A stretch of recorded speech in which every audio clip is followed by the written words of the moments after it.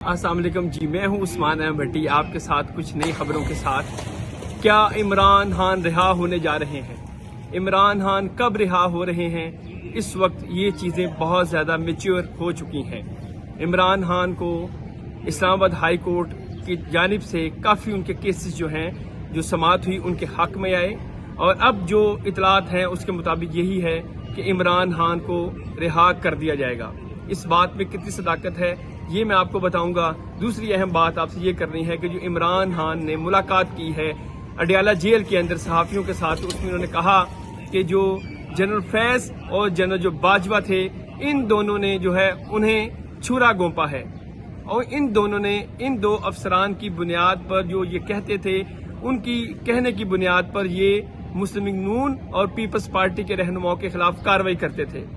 ये इमरान खान ने अब क्यों कहा? क्या ऐसा तासुर था जो इमरान खान की ज़ात पर डेवलप हो चुका था कि इमरान खान को अभी इस्टेब्लिशमेंट जो है वो फेवर देने लगी है, और उस तासुर को जाहिर करने के लिए या उस तासुर का जो इम्प्रेशन था उसको ख़त्म करने के लिए इमरान खान साहब ने ऐसे बयान दिए कि वो जो मौजूदा चीफ ऑफ आर्मी स्टाफ है उनसे बात करने को तैयार है। ये ऐसा बयान इमरान खान ने क्यों जारी किया और इसका क्या मकसद है ये मैं आपको बताऊंगा। और दूसरी अहम बात ये भी आपसे करनी है कि इंडिया जो है वो इकोनॉमिक वाइज कितना जो है वो तरक्की करने जा रहा है कि 2000 मीटर जो है 2000 किलोमीटर जो है वो समंदर के जरिए जो है वो एक रास्ता बनाएगा जो यूएई से कनेक्ट होगा, और उस रास्ते से कितना ज्यादा बूस्ट आएगा इकोनॉमी पर इंडिया की, और पाकिस्तान जो है वो इस तरफ अभी क्यों नहीं सोच रहा।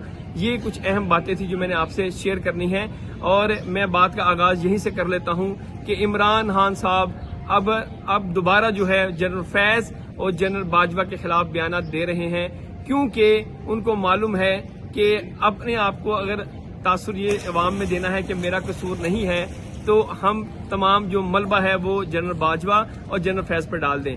और ये आप सबको मालूम है कि इमरान खान साहब पहले इनके बारे में अच्छी गुफ्तगू किया करते थे। वो कहते थे कि मेरी आंख और मेरे कान जो हैं वो जनरल फैज हमीद हैं, क्योंकि ऑपोजिशन को ये इस वक्त खौफ था कि जनरल फैज हमीद अगर चीफ ऑफ आर्मी स्टाफ आ गए तो नून लीग और पीपल्स पार्टी की फीती फीती हो जाएगी।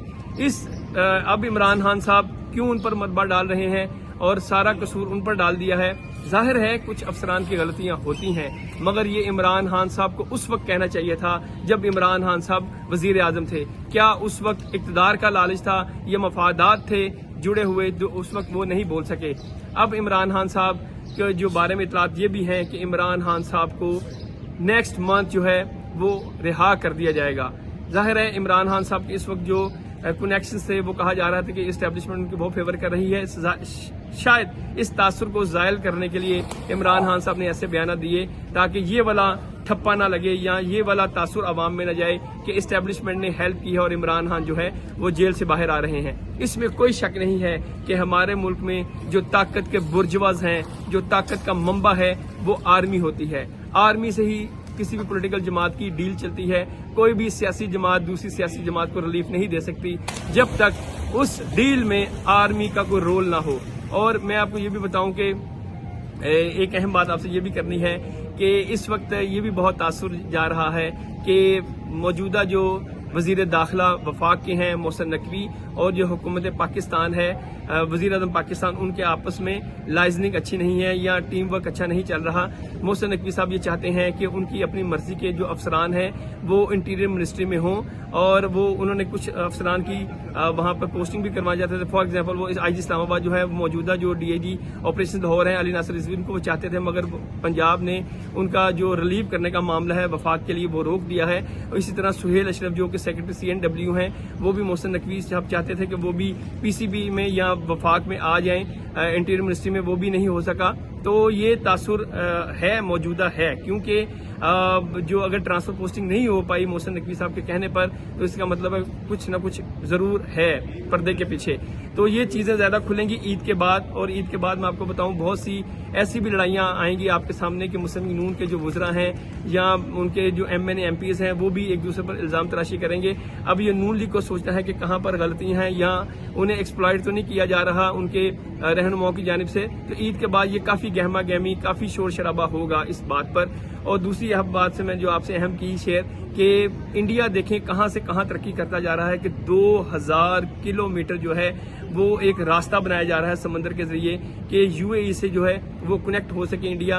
और आपको पता है कि यूएई इस वक्त जो है वो बिजनेस हब है, बहुत से लोग वहां पर जॉब्स के लिए जाते हैं, उसकी इकोनॉमी बेहतर है। पाकिस्तान को भी चाहिए कि वो अपने इन तरफ मामला को बेहतर करे ताकि मुल्क में जो है वो तरक्की हो, लोगों को रोजगार मिले। अभी जो वज़ीर-ए-आज़म पाकिस्तान है शहबाज शरीफ और उनके हमरा जो वज़ीर-ए-आला पंजाब है मरियम नवाज, उनके और भी काबीना के लोग जो है वो उम्रा की अदायगी के लिए वहां पर सऊदी अरब गए, उनकी मुलाकात हुई वहां पर मोहम्मद बिन सलमान से जो कि शहजादा है सऊदी अरब के।